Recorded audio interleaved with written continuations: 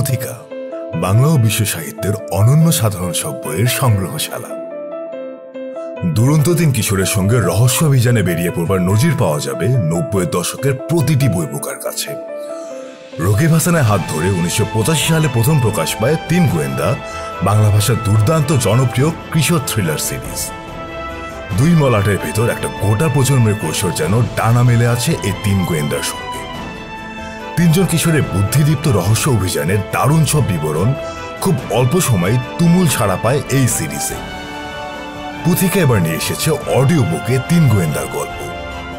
ছোটবেলার সেই দিনগুলো আরও একবার রঙিন হয়ে উঠুক এবার পুথিকার সাথে। শুরু হচ্ছে তিন গোয়েন্দা।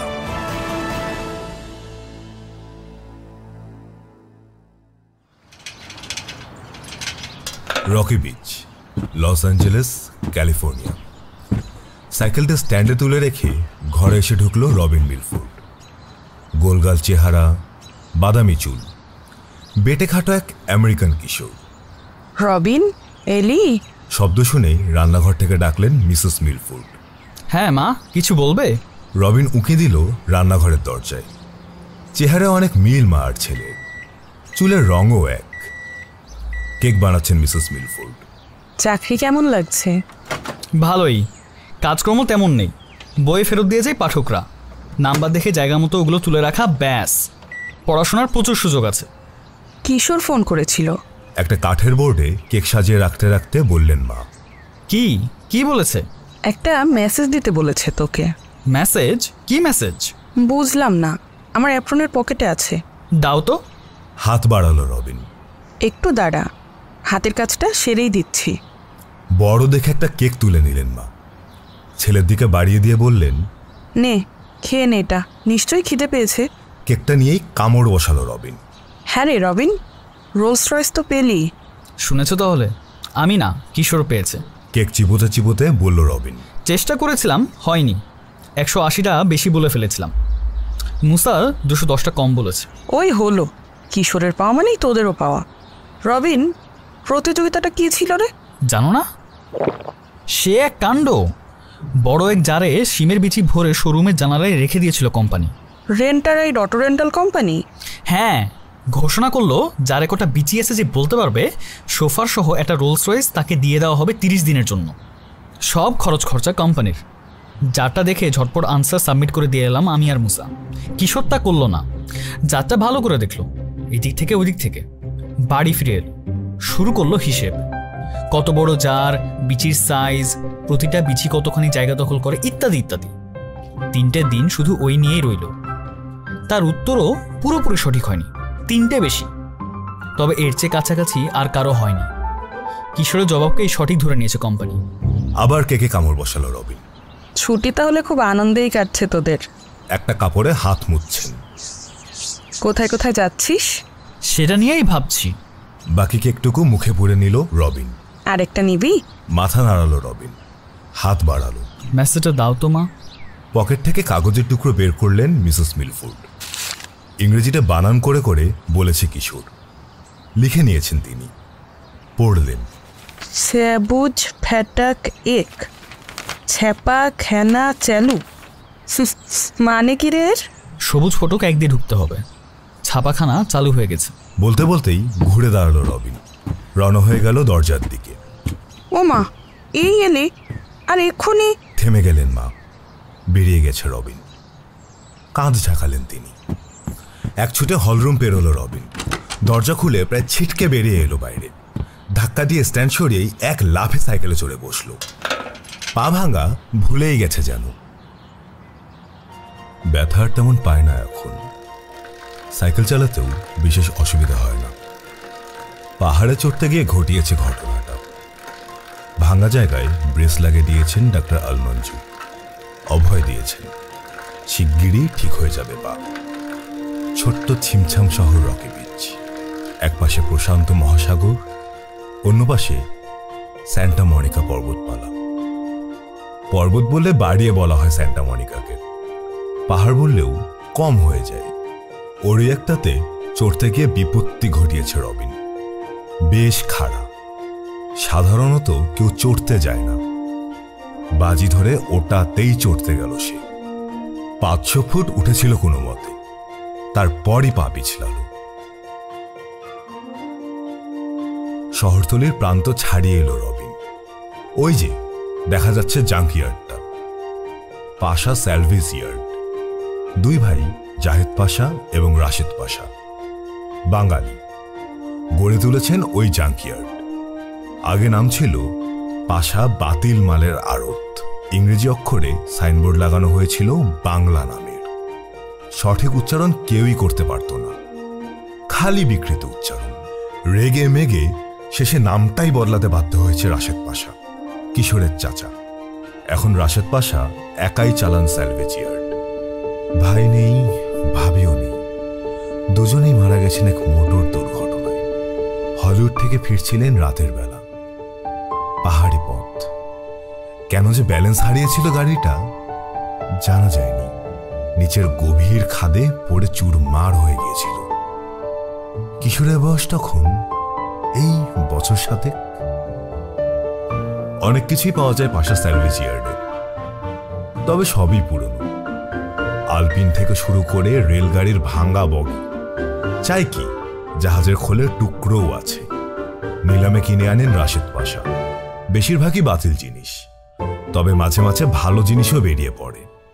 ওগুলো বেশ ভালো দামেই বিক্রি হয়। আর বাতিল জিনিসপত্রের অনেকগুলোই সারিয়ে নেওয়া যায়, ওগুলো থেকেও মোটামুটি টাকা আসে। সব মিলিয়ে ভালোই লাভ, তবে খাটুনি অনেক।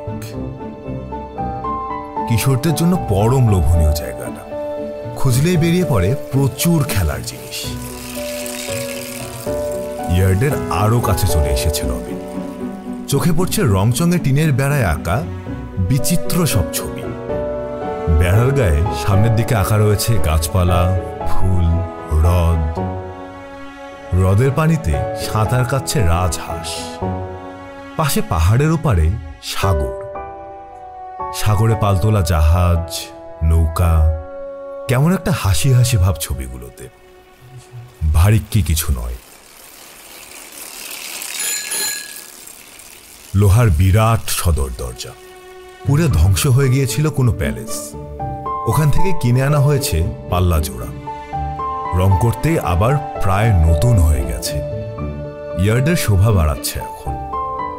দরজার কাছে গেল না রবিন, পাশ কাটিয়ে চলে এলো। বেড়ার ধার ধরে ধরে এগিয়ে গেল শখানেক গজ। এখানে বেড়ার গায়ে আঁকা নীল সাগর। 2 মাস্তুলের পালতোলা এক জাহাজ ঝড়ের কবলে পড়েছে। মাথা উঁচু করে দেখছে একটা বড় মাছ। সাইকেল থেকে নামলো রবিন, হ্যান্ডেল ধরে ঠেলে নিয়ে এলো বেড়ার কাছে। হাত বাড়িয়ে মাছের চোখ টিপে ধরল। নিঃশব্দে ডালার মতো উঠে গেল বেড়ার গায়ে লেগে থাকা 2টো সবুজ বোর্ড।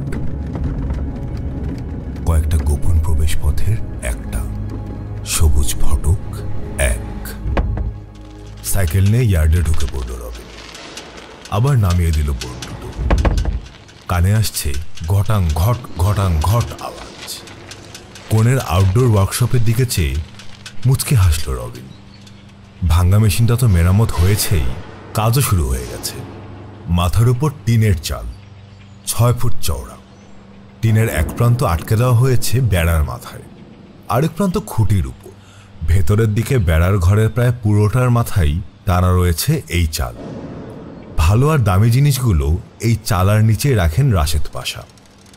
একপাশে খানিকটা জায়গার মালপত্র সরিয়ে তার ওয়ার্কশপ বসিয়েছে কিশোর। সাইকেল স্ট্যান্ডে তুলে রাখতে রাখতে একবার পেছনে ফিরে চাইল রবিন। দৃষ্টি বাধা পেল পুরনো জিনিসপত্রের স্তূপে। ইয়ার্ডের মূল অফিস আর কিশোরের ওয়ার্কশপের মাঝে বাধা হয়ে দাঁড়িয়েছে ওই স্তূপ। অফিসের রঙিন টালির চূড়াটা শুধু চোখে পড়ে এখান থেকে। মেরি চাচির কাচে ঘেরা চেম্বারটা দেখা যায় না। পুরনো জিনিস কেনার কাছে প্রায় সারাক্ষণই বাইরে বাইরে থাকেন রাশেদ চাচা। ইয়ার্ড আর অফিসের ভার থাকে তখন মেরি চাচির উপর। ওয়ার্কশপে ঢুকে পড়ে রবিন। ছোট্ট প্রিন্টিং মেশিনটার কাছে দাঁড়িয়ে আছে লম্বা বলিষ্ঠ এক কিশোর। কুচকুচে কালো গায়ের রং, মাথায় কোকড়া কালো চুল। আমেরিকান মুসলমান, মুসা আমান। মহা ব্যস্ত মুসা, ঘামছে দরদর করে। সাদা এক গাদা কার্ড পড়ে আছে পাশের এক ছোট টুলে। একটা করে কার্ড তুলে নিয়ে মেশিনে চাপাচ্ছে, ছাপা হয়ে গেলেই আবার বের করে নিচ্ছে দ্রুত হাতে। পাশে তাকালো রবিন। পুরোনো একটা সুইভেল চেয়ারে বসে আছে কিশোর পাশা। হালকা পাতলা শরীরের তুলনায় মাথাটা বড়, ঝাঁকড়া চুল, চওড়া কপালের তলায় অপূর্ব সুন্দর দুটো চোখে তীক্ষ্ণ বুদ্ধির ঝিলিক। বুড়ো আঙ্গুলের তর্জনীর সাহায্যে চিমটি কাটছে নিচের ঠোঁটে। ভাবনার ঝড় বইছে মাথায়। বুঝতে পারল রবিন। কি ছাপাচ্ছ? মেশিনের কাছে এগিয়ে গেল রবিন। এই যে এসে গেছে। ফিরেছেই বলে উঠল মুসা। ভাবনার জগৎ থেকে ফিরে এলো কিশোর। রবিনের দিকে চেয়ে বলল, মেসেজ পেয়েছো? পেয়েই তো এলাম। গুড। ভারিক্কি চালে বলল কিশোর। মুসা, একটা কার্ড দেখাও ওকে। মেশিন বন্ধ করে দিল মুসা। একটা কার্ড তুলে নিয়ে বাড়িয়ে দিল রবিনের দিকে। এই নাও দেখো। বড় আকারের একটা ভিজিটিং কার্ড, ইংরেজিতে লেখা 3 গোয়েন্দা। তার নিচে 3টা প্রশ্নবোধক চিহ্ন। প্রধান কিশোর পাশা, সহকারী মুসা আমান, নথি গবেষক রবিন মিলফোর্ড। বাহ, সুন্দর হয়েছে তো। এগিয়ে যাওয়াই ঠিক করলে তাহলে? হ্যাঁ, ইনভেস্টিগেশন এজেন্সি খোলার এই সুযোগ। স্কুল ছুটি, 30 দিনের জন্য একটা গাড়ি হয়ে গেল। খুব কাজে লাগবে। একটু থেমে রবিনের দিকে তাকালো সে। আমরা এখন 3 গোয়েন্দা। এজেন্সি চার্জে থাকছি আমি। তোমার কোনো আপত্তি আছে? অবশ্যই না। ডিটেকশনের কাজ আমার চেয়ে ভালো বুঝো তুমি। গুড। সহকারী হতে মুসারও আপত্তি নেই। তোমার এখন সময় খারাপ, পা ভাঙা, দৌড়ঝাঁপের কাজগুলো খুব একটা করতে পারবে না। বসে বসেই কিছু করো। আপাতত লেখাপড়া আর রেকর্ড রাখার দায়িত্ব রইল তোমার ওপর। আমি রাজি এবং খুশি হয়েই। লাইব্রেরিতে কাজের ফাঁকে ফাঁকে পড়াশোনাটা সেরে ফেলতে পারবো। রেকর্ড রাখাটাও এমন কঠিন কিছু না। গুড। মাথা ঝোঁকালো কিশোর। ভেবে বসো না খুব হালকা কাজ পেয়ে গেছো। তদন্তের নিয়মকানুন অনেক বদলে গেছে আজকাল। এ কাজে এখন প্রচুর পড়াশোনা আর গবেষণা দরকার। কি হলো, কার্ডের দিকে ওভাবে চেয়ে আছো কেন? 3টা প্রশ্নবোধক চিহ্ন কেন? সূক্ষ্ম একটা হাসির আভাস খেলে গেল কিশোরের মুখে। চট করে একবার মুসার দিকে চাইল। ঠিকই বলেছো কিশোর, তুমি ঠিক অনুমান করেছো। মুসার চোখে বন্ধুর প্রতি শ্রদ্ধা। কি? তুমি বলো তো কিশোর, গুছিয়ে বলা আমার দ্বারা হবে না। চিহ্নগুলো কার্ডে বসানোর অনেক কারণ আছে। 1, রহস্যের ধ্রুব চিহ্ন এই প্রশ্নবোধক। আমরা কার্ডে দিয়েছি কারণ যে কোনো রহস্য সমাধানে আগ্রহী আমরা। ছিচকে চুরি থেকে শুরু করে ডাকাতি, রাহাজানি, খুন, এমনকি ভৌতিক রহস্যের তদন্তেও পিছপা নই। 2, চিহ্নগুলো আমাদের ট্রেডমার্ক। দলে 3 জন, তাই 3টে চিহ্ন। থামল সে। অপেক্ষা করে রইল রবিন। 3, লোকের মনে কৌতূহল জাগাবে ওই চিহ্ন। কেন বসানো হয়েছে জিজ্ঞেস করবেই। কথা বলার সুযোগ পাবো তখন। এতে আমাদের কথা মনে থাকবে তাদের। নাম ছড়াবে অনেক বেশি। রবিনের দিকে চাইল সে। আরও কারণ আছে, পরে ধীরে ধীরে জানতে পারবে সেগুলো। আর কি কারণ জানার কৌতূহল হলো খুব, কিন্তু বলার জন্য চাপাচাপি করল না রবিন। বন্ধুর স্বভাব জানে সে। নিজে থেকে না বললে হাজার চাপাচাপি করেও মুখ খোলানো যাবে না কিশোরের। মেশিন ঠিক, কার্ড ছাপানোও শেষ, গাড়িও পেয়ে গেছি। এবার কোনো একটা কাজ পেয়ে গেলেই নেমে পড়তে পারতাম। কাজ একটা পেয়ে গেছি আমরা। পাইনি এখনো। সুথরে দিল কিশোর। পাবার আশা আছে। সোজা হয়ে বসল সে। তবে সামান্য একটা অসুবিধে আছে। কেসটা কি? অসুবিধাটাই বা কি? একটা ভূতেরা বাড়ি খুঁজছেন মিস্টার ডেভিস ক্রিস্টোফার। সত্যি সত্যি ভূত থাকতে হবে। তার একটা সিনেমার শুটিং মনে হয় করবেন সেখানে। স্টুডিও থেকে শুনে এসেছে বাবা। হলিউডের বেশ বড়সড় একটা স্টুডিওতে বিশেষ দায়িত্বপূর্ণ পদে বহাল আছেন মুসার বাবা মিস্টার রাফাত আমান। ভুতুড়ে বাড়ি? ভুরু কুচকে গেছে রবিন। তাও আবার সত্যি সত্যি ভূত থাকতে হবে? তা কি করে সম্ভব? ভূত আছে কি নেই সেটা পরের কথা। তেমন একটা বাড়ির খোঁজ পেলেই তদন্ত শুরু করে দেব আমরা। ভূত থাকলে তো কথাই নেই, না থাকলেও ক্ষতি নেই। আমরা খোঁজ খবর করতে শুরু করলেই জানাজানি হবে। নাম ছড়াবে 3 গোয়েন্দার। অসুবিধে কি ভূত নিয়েই? না, কিন্তু ক্রিস্টোফার সাহেব তো আমাদেরকে কাজ দিতে রাজি হচ্ছেন না। হতেই হবে তাকে। আমাদের সার্ভিস নিতে বাধ্য করব। কেমন রহস্যময় শোনালো কিশোরের গলা। 3 গোয়েন্দার যাত্রা শুরু হবে মিস্টার ডেভিস ক্রিস্টোফারের কাজ নিয়েই।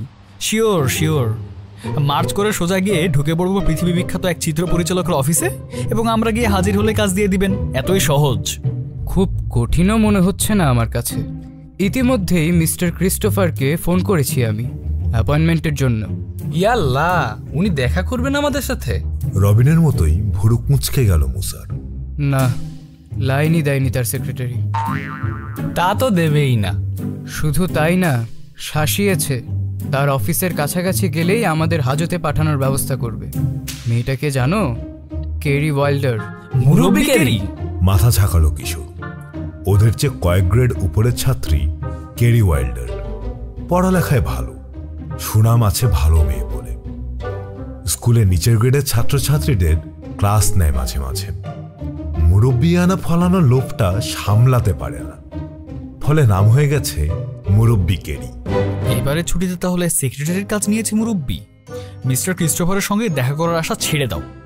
মুরব্বির অফিস পেরোনোর চেয়ে প্রশান্ত মহাসাগর পাড়ি দেওয়া অনেক সহজ। মূল অসুবিধে এটাই। তবে যে কাজে নামতে যাচ্ছি বাধা আর বিপদ আসবেই পদে পদে। ওসবের মোকাবিলা করতে না পারলে নামাই উচিত না। আগামীকাল সকালে রোলস রয়েসে চেপে হলিউডে চলে যাব। দেখা করতেই হবে মিস্টার ক্রিস্টোফারের সঙ্গে। যদি পুলিশে খবর দেয় মুরব্বি? আমার ব্যাপারে অবশ্য ভাবছি না। কাল তোমাদের সঙ্গে যেতে পারবো না, আমি লাইব্রেরিতে কাজ আছে। তাহলে আমি আর মুসা যাব কাল সকাল 10টায়। তার আগেই গাড়ি পাঠাতে ফোন করব কোম্পানিকে। তুমি একটা কাজ করো রবিন, বলে একটা কার্ড তুলে নিল কিশোর। উল্টো পিঠে একটা নাম লিখে বাড়িয়ে ধরল। এটা রাখো।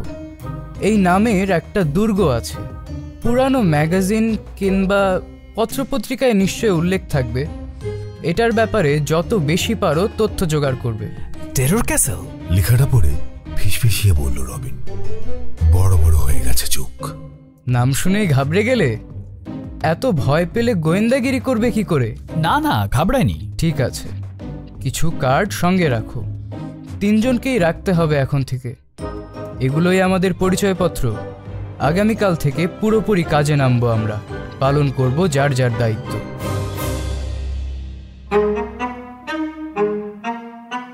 পরদিন সকালে গাড়ি পৌঁছার অনেক আগেই তৈরি হয়ে গেল মুসা আর কিশোর। লোহার গেটের বাইরে এসে রোলস রয়েলসের অপেক্ষায় রইল ওরা। দুজনের পরনেই সানডে স্যুট, শার্ট আর নেকটাই। পরিপাটি করে আঁচড়ানো চুল, পরিচ্ছন্ন চেহারা। হাতের নখ অবধি পরিষ্কার করেছে ব্রাশ ঘষে। অবশেষে হাজির হলো বিশাল রোলস রয়েস। গাড়িটার উজ্জ্বলতার কাছে নিজেদের একেবারে ম্লান মনে হলো দুজনে। পুরনো ধাঁচের ক্লাসিক্যাল চেহারা, প্রকাণ্ড দুটো হেডলাইট, চৌকো বাক্সের মতো দেখতে, মূল শরীরটা কুচকুচে কালো, চকচকে পালিশ, মুখ দেখা যায়। খাইছে? কিশোরের মুখে শোনা বাঙালি বুলি ঝাড়ল মুসা। এগিয়ে আসা গাড়িটার দিকে অবাক চোখে চেয়ে আছে। 110 বছর বয়সী কোটিপতির উপযুক্ত গাড়ি। পৃথিবীর সবচেয়ে দামি গাড়ির একটা। কোটিপতি এক আরব শেখের অর্ডারে তৈরি হয়েছিল। এই গাড়িও নাকি পছন্দ হয়নি শেখের, ফলে ডেলিভারি নেয়নি। কম দামে পেয়ে কিনে নিয়েছে রেন্টার রাইড কোম্পানি। নিজেদের বিজ্ঞাপনের কাজে ব্যবহার করছে।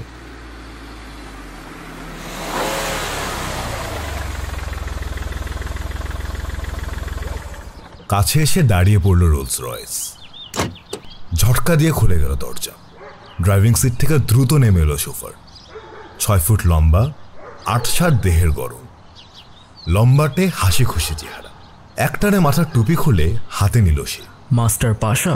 সপ্রশ্ন চোখে কিশোরের দিকে চেয়ে বলল লোকটা। আমি হ্যানসন, শোফার। পরিচিত হয়ে খুশি হলাম মিস্টার হ্যানসন। আমাকে কিশোর বলে ডাকবেন, আর সবাই যেমন ডাকে। প্লিজ স্যার, আমাকে শুধু হ্যানসন বলবেন। আপনাকে নাম ধরে ডাকা উচিত হবে না, কারণ এখন আপনার অধীনে কাজ করছি আমি। বেয়াদবি করতে চাই না। ঠিক আছে, শুধু হ্যানসন। Thank you sir. আগামী 30 দিনের জন্য এই গাড়ি আপনার। 24 ঘন্টার জন্য নিশ্চয়? শর্ত তাই ছিল। নিশ্চয়ই স্যার। পেছনে দরজা খুলে ধরল হ্যানসন। প্লিজ। Thank you. গাড়িতে উঠল কিশোর। মুসাও ঢুকল। বেশি ফর্মালিটির দরকার নেই, দরজা আমরাই খুলতে পারবো। কিছু মনে করবেন না স্যার, বলল ইংরেজ শোফার। চাকরির পুরো দায়িত্ব পালন করতে দিন আমাকে। ঢিল দিয়ে নিজের স্বভাব নষ্ট করতে চাই না। পেছনের দরজা বন্ধ করে দিল হ্যানসন। সামনের দরজা খুলে ড্রাইভিং সিটে উঠে বসল। কিন্তু মাঝে মধ্যে তাড়াহুড়ো করে বেরোতে কিংবা ঢুকতে হতে পারে আমাদের, তখন আপনার জন্য অপেক্ষা করতে পারবো না। তবে এক কাজ করা যায়, শুরুতে একবার দায়িত্ব পালন করবেন আপনি, আরেকবার একেবারে বাড়ি ফিরে। মাঝে যতবার খোলা বা বন্ধ করার দরকার পড়বে আমরা করব, ঠিক আছে? ঠিক আছে স্যার, সুন্দর সমাধান। রিয়ার ভিউ মিররে চোখ পড়ল কিশোরের। তার দিকে চেয়ে হাসছে হ্যানসন। তাড়াতাড়ি বলল কিশোর, অনেক সম্ভ্রান্ত লোকের কাজ করেছেন নিশ্চয়। বুঝতে পারছি, ওরা কেউই আমাদের মতো ছিল না। অনেক আজব উদ্ভট জায়গায় যেতে হতে পারে আমাদের কাজ করতে। একটা কার্ড নিয়ে হ্যানসনের দিকে বাড়িয়ে ধরল সে। এটা দেখলেই আন্দাজ করতে পারবেন। গম্ভীর মুখে কার্ডটা ফিরিয়ে দিতে দিতে বলল হ্যানসন, বুঝতে পেরেছি স্যার, আপনাদের কাজ করতে আমার খুবই ভালো লাগবে। কিশোর অ্যাডভেঞ্চারের কাজ করে একঘেয়েমিও কাটাতে পারবো। এতদিন শুধু বুড়োদের চাকরি করেছি। সবাই বাড়ি থেকে অফিস কিংবা অফিস থেকে বাড়ি, মাঝে মধ্যে পার্টিতে যেত, ব্যাস। তো এখন কোথায় যাব স্যার? হ্যানসনকে খুব পছন্দ হয়েছে দুই গোয়েন্দার। লোকটা সত্যিই ভালো, তাদেরকে মোটেই অবহেলা করছে না।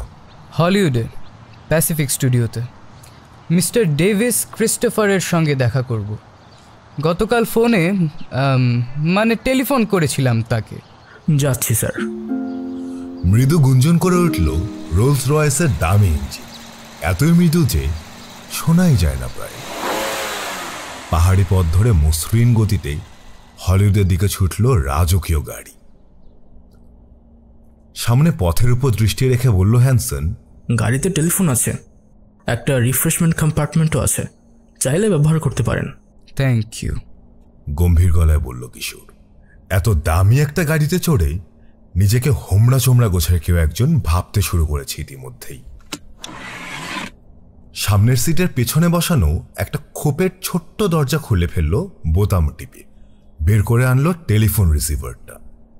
এত সুন্দর রিসিভার জীবনে দেখেনি সে। সোনালি রং, চকচকে পালিশ, কোনো ডায়াল নেই, একটা বোতাম আছে শুধু।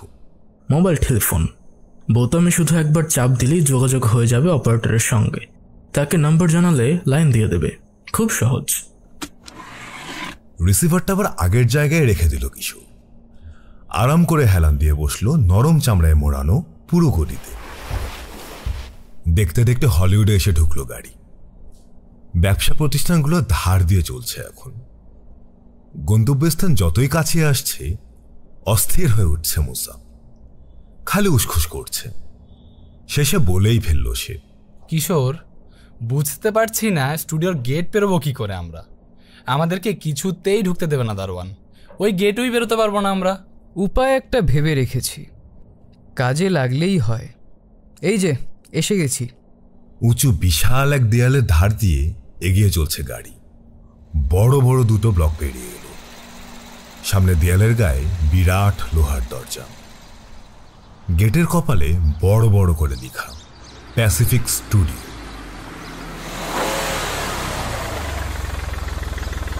দরজার সামনে এসে থামলো গাড়ি। বন্ধ পাল্লা। হর্নের আওয়াজ শুনে পাল্লার একদিকের ছোট একটা গর্তের সামনে থেকে ঢাকনা সরে গেল। উঁকি দিল একটা গোমরা মুখ। কোথায় যাচ্ছেন? জানালা দিয়ে মুখ বের করে দিল হ্যানসন। Mister Davis Christopher.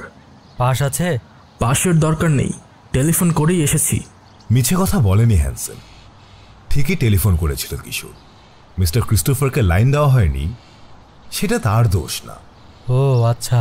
অনিশ্চিতভাবে মাথা চুলকাচ্ছে দারোয়ান। ঠিক এই সময় পিছনের এক পাশে সাইড উইন্ডো খুলে গেল। বেরিয়ে এলো কিশোরের মুখ। এই যে ভাই, কি হয়েছে, দেরি কেন? দারোয়ানের দিকে চোখ মুসার।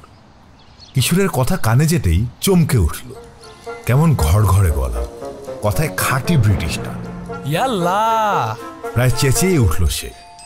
একুন কিশোরকে দেখছে। ঝুলে পড়েছে নিচের ঠোঁট, মাড়ি বেরিয়ে পড়েছে, মাথা সামান্য পেছনে হেলানো, নাকের উপর দিয়ে চেয়ে আছে। বিচ্ছিরি। মিস্টার ডেভিড ক্রিস্টোফারের কিশোর সংস্করণ, কোনো খোঁজ নেই। একসময় টিভিতে অভিনয় করে প্রচুর নাম কামিয়েছে কিশোর। এ অঞ্চলে তখন ছিল না মুসা, কিশোরের সেসব অভিনয় দেখেনি। তবে আজ বুঝতে পারল লোকে কেন কিশোর পাশার নাম রেখেছে নকল পাশা। হা করে কিশোরের দিকে চেয়ে আছে দারোয়ান, রা নেই মুখে। ঠিক আছে। নাকের উপর দিয়ে দারোয়ানের মাথা থেকে পা পর্যন্ত নজর বোলালো একবার কিশোর মিস্টার ক্রিস্টোফারের অনুকরণে। সন্দেহ থাকলে ফোন করছি আমি চাচাকে। সোনালি রিসিভারটা বের করে আনলো কিশোর, কানে ঠেকালো, বোতাম টিপে দিয়ে নিচু গলায় নাম্বার চাইল। আসলে পাশা স্যালভেজ ইয়ার্ডের নাম্বার। সত্যিই তার চাচার লাইন চেয়েছে কিশোর। দামি গাড়িটার দিকে আরেকবার চাইল দারোয়ান। সোনালি রিসিভারটা দেখল, কিশোরের টেলিফোন কানে ঠেকিয়ে কথা বলার ভঙ্গিটা দেখল, তারপর সিদ্ধান্ত নিয়েই ফেলল। ঠিক আছে, ফোন করার দরকার নেই, আমিই জানিয়ে দিচ্ছি আপনারা তার অফিসে যাচ্ছেন। Thank you. খুলে দিল দরজা। গম্ভীর গলায় দারোয়ানকে শুনিয়ে শুনিয়ে আদেশ দিল কিশোর, হ্যানসন আগে বাড়ো। সূক্ষ্ম একটা হাসির রেখা দেখা দিয়েই মিলিয়ে গেল হ্যানসনের ঠোঁটে। ছাঁ করে গাড়ি ঢুকিয়ে নিল সে ভেতরে। এগিয়ে চলল গাড়ি। অনেকখানি এগিয়ে মোড় নিল একদিকে, সরু পথ, দুধারে সবুজ লনের পথ ঘেঁষে প্রান্তে পাম গাছের সারি। লনের ওপারে ছবির মতো সুন্দর ছিমছাম ছোট আকারের ডজন খানেক বাংলো। নাক বরাবর সোজা পথের শেষ মাথায় বিশাল অনেকগুলো শেড। স্টুডিও। একটা শেডের সামনে দাঁড়িয়ে আছে কয়েকজন অভিনেতা অভিনেত্রী। গেটের বাধা ডিঙিয়ে এসেছে, স্টুডিওতে ঢুকে পড়েছে ওরা। এখনো মাথায় ঢুকছে না মুসার মিস্টার ক্রিস্টোফারের সঙ্গে কি করে দেখা করবে কিশোর। বেশিক্ষণ ভাবার সময় পেল না সে। একটা বড় বাংলোর সামনে এনে গাড়ি রেখেছে হ্যানসন। বোঝা গেল আগেও এসেছে এখানে। পথঘাট সব চেনা। বাংলোর দেয়ালে এক জায়গায় বড় বড় করে লেখা ডেভিড ক্রিস্টোফার। আলাদা আলাদা বাংলোতে বিভিন্ন পরিচালকের অফিস। কে কোথায় বসেন বোঝার জন্যই এ নাম লেখার ব্যবস্থা। আপনি বসুন গাড়িতে, কতক্ষণে ফিরবো বলা যায় না। পেছনে দরজা ধরে দাঁড়ানো হ্যানসনকে বলল কিশোর। বেরিয়ে এলো। ঠিক আছে স্যার। সিঁড়ি ভেঙে বারান্দায় উঠল কিশোর। পেছনে মুসা। সামনে স্ক্রিন ডোর ঠেলে ভেতরে পা রাখল। Air condition reception room. একটা ডেস্কের ওপাশে বসে আছে সোনালি চুলো এক মেয়ে। সবে নামিয়ে রাখছে রিসিভার। অনেকদিন দেখা নেই। হঠাৎ বেড়ে ওঠা কেরি ওয়াইল্ডারকে প্রথমে চিনতেই পারল না মুসা। গলার আওয়াজ শুনে নিশ্চিত হতে হলো। তাহলে ঢুকেই পড়েছো? কোমরে দুহাত রেখে উঠে দাঁড়িয়েছে মুরব্বী। মিস্টার ক্রিস্টোফারের ভাতিজা? বেশ, কত তাড়াতাড়ি স্টুডিওতে পুলিশকে আনানো যায় দেখছি। টেলিফোনের দিকে হাত বাড়ালো কেরি। একেবারে চুপসে গেল মুসা। বিড়বিড় করে বলল, ইয়াল্লা। থামো। কেন? গার্ডকে ফাঁকি দাওনি তুমি? বলনি মিস্টার ক্রিস্টোফারের ভাতিজা? না, বলেনি তো। সে গাড়ি ভুল করেছে। তোমাকে কথা বলতে কে বলেছে? প্রায় গোলমাল করে কিশোর পাশা। স্কুলে অন্যের ব্যাপারে নাক গলানোর অনেক উদাহরণ আছে। এবার কিছুটা শিক্ষা দিয়ে ছাড়বো আমি। ঘুরে টেলিফোনের উপর ঝুঁকলো কেরি। হাত বাড়ালো রিসিভারের দিকে। তাড়াহুড়ো করে কিছু করা উচিত নয় মিস ওয়াইল্ডার। আবার চমকে উঠল মুসা। আবার পুরোদস্তুর ইংরেজ কথায় সেই অদ্ভুত টান। মিস্টার ডেভিস ক্রিস্টোফার যেভাবে কথা বলেন, চকিতে আবার কিশোর ক্রিস্টোফার হয়ে গেছে কিশোর। আমি শিওর এটা দেখতে চাইবেন মিস্টার ক্রিস্টোফার, বলল কিশোর। রিসিভার হাতে তুলে নিয়েছে কেরি। কিশোরের কথায় ফিরে যায়। সঙ্গে সঙ্গেই খসে পড়ে গেল রিসিভার। চোখ বড় বড় হয়ে গেছে। ছিটকে বেরিয়ে আসবে যেন কোটর ছেড়ে। কেবল থেকে ঝুলছে রিসিভার। টেবিলের পায়ের সঙ্গে বাড়ি খাচ্ছে খটাখট। কানে ঢুকছে না যেন তার। তুমি হঠাৎই ভাষা খুঁজে পেল যেন কেরি। তুমি? হ্যাঁ কিশোর পাশা, সত্যি বলেছ। এটা দেখতে চাইবেন মিস্টার ক্রিস্টোফার। কি মিস ওয়াইন্ডার? দ্রুত তিনজোড়া চোখ ঘুরে গেল দরজার দিকে। দরজায় এসে দাঁড়িয়েছেন মিস্টার ডেভিস ক্রিস্টোফার স্বয়ং। শরীরের তুলনায় মাথা বড়, ঝাঁকড়া চুল, এত বেশি ঝুড়ে পড়েছে নিচের ঠোঁট, মাড়ি দেখা যাচ্ছে। ভীষণ কুৎসিত চেহারা। কি হয়েছে? কোনো গোলমাল? সে কখন থেকে রিং করছি আমি। গোলমাল কিনা আপনিই ঠিক করুন মিস্টার ক্রিস্টোফার। এই ছেলেটা কিছু দেখাতে চায় আপনাকে, আপনি মুগ্ধ হবেন। সরি, কারো সঙ্গেই দেখা করতে পারবো না আমি আজ, হাতে অনেক কাজ। ওকে যেতে বলো। আমি শিওর মিস্টার ক্রিস্টোফার আপনি দেখতে চাইবেন। স্থির চোখে কেরির দিকে তাকালেন মিস্টার ক্রিস্টোফার, তারপর ফিরলেন দুই কিশোরের দিকে, কাঁধ ঝাঁকালেন। ঠিক আছে, এসো। বিশাল এক টেবিলের ওপাশে সুইভেল চেয়ারে গিয়ে বসলেন মিস্টার ক্রিস্টোফার। ইচ্ছে করলে টেবিল টেনিস খেলা যাবে টেবিলটাতে, এত বড়। তার দিকে চেয়ে দাঁড়িয়ে রইল দুই গোয়েন্দা। পেছনের দরজাটা ওপাশ থেকে বন্ধ করে দিল কেরি। তারপর ছেলেরা, 5 মিনিট সময় দিচ্ছি তোমাদের, কি দেখাতে চাও? এইটা স্যার। অদ্ভুত ভঙ্গিতে পকেট থেকে একটা কার্ড বের করে টেবিলের উপর দিয়ে ঠেলে দিল কিশোর। ভঙ্গিটা লক্ষ্য করল মিস্টার ক্রিস্টোফার, একেবারে তার নিজের ভঙ্গি। হাত বাড়িয়ে তুলে নিলেন কার্ডটা। তোমরা তাহলে গোয়েন্দা? প্রশ্নবোধক চিহ্নগুলো কেন? নিজেদের ক্ষমতার ব্যাপারে সন্দেহ প্রকাশ? না স্যার, ওগুলো আমাদের ট্রেডমার্ক। যে কোনো ধরনের রহস্য ভেদ করতে রাজি আমরা। তাছাড়া ওই চিহ্ন কার্ডে বসানোর কারণ জিজ্ঞেস করবেই লোকে, আমাদেরকে মনে রাখবে। আচ্ছা, নাম প্রচারের ব্যাপারে খুব আগ্রহী মনে হচ্ছে। নিশ্চয় স্যার, লোকে আমাদের নামই যদি না জানলো ব্যবসা টেকাবো কি করে? ভালো যুক্তি, কিন্তু ব্যবসা তো শুরুই করনি এখনো। সেজন্যই তো এসেছি স্যার, আপনাকে একটা ভুতুরে বাড়ি খুঁজে দিতে চাই আমরা। ভুতুরে বাড়ি? ভুরুজোড়া সামান্য উঠে গেল মিস্টার ক্রিস্টোফারের। আমি ভুতুরে বাড়ি খুঁজছি, ভাবনাটা কেন এলো মাথায়? শুনেছি আপনার পরের ছবির জন্যে একটা ভুতুরে বাড়ি খুঁজছেন।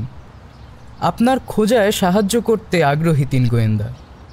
তাচ্ছিলের হাসি ফুটে উঠল মিস্টার ক্রিস্টোফারের মুখে।